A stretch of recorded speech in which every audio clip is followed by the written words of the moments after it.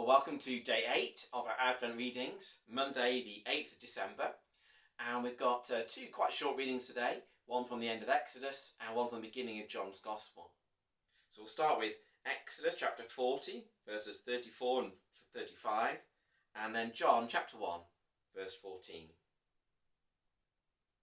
So first, Exodus 40, beginning at verse 34.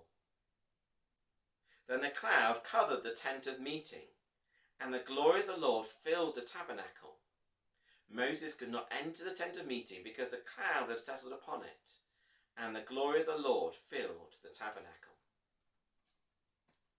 Then John chapter 1 verse 14. The Word became flesh and made his dwelling among us. We have seen his glory, the glory of the one and only, who came from the Father, full of grace and truth.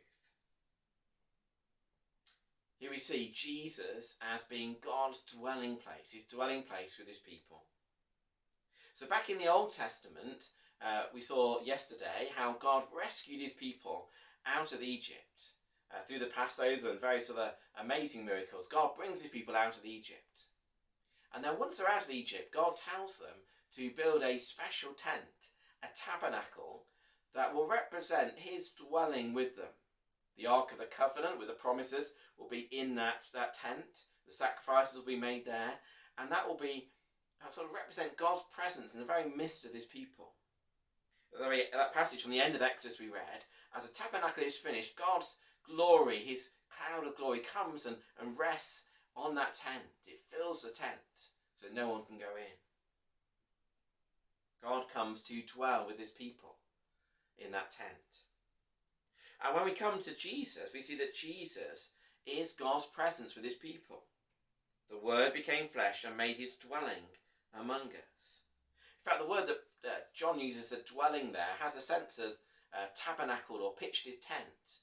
I think John is deliberately drawing on that Exodus language, saying that Jesus has come to live with his people. Jesus is God's presence with us. That's an amazing reality, isn't it? That God would come and dwell among his people. That God would come and dwell among us in the Lord Jesus Christ, as the Lord Jesus Christ, God the Son. What an amazing thing to remember.